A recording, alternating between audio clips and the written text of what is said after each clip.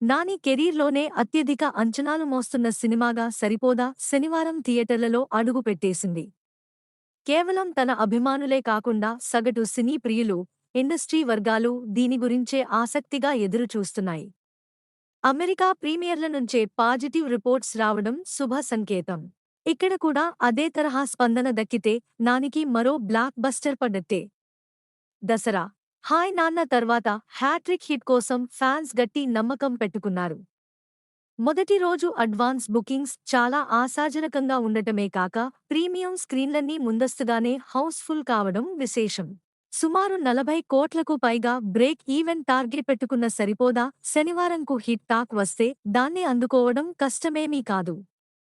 పైగా మొన్న ఆగస్టు 15 వచ్చిన మిస్టర్ బచ్చన్, డబుల్ ఇస్మార్ట్ లాంటి పెద్ద సినిమాలు నిరాశపరచడంతో మాస్ ఆడియన్స్ చూపంతా నాని మూవీ మీదే ఉంది.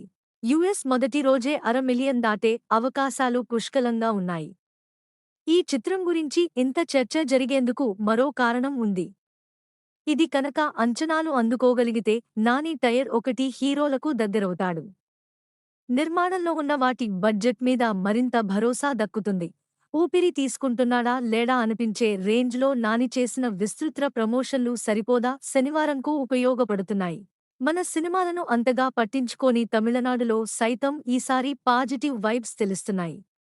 కోలీవుడ్ దత్తపుత్రుడు అంటూ నానిని ఓన్ చేసుకునే ప్రయత్నం సోషల్ మీడియాలో కనిపిస్తోంది. తనతో పాటు ప్రియాంక మోహన్, ఎస్జే సూర్యల ఇమేజ్ మార్కెట్ పరంగా ఉపయోగపడుతోంది. ఇన్ని సానుకూలతలు మధ్య సరిపోదా శనివారం కనుక హిట్ టాక్ అందుకునే టాలీవుడ్ బాక్సాఫీస్ భారంగా ఎదురుచూస్తున్న మాస్ బొమ్మ కరువు తీరిపోయినట్టే. చూద్దాం. Thanks for watching. If you enjoyed this video, make sure to like, share and subscribe for more content. And don't forget to leave a comment down below.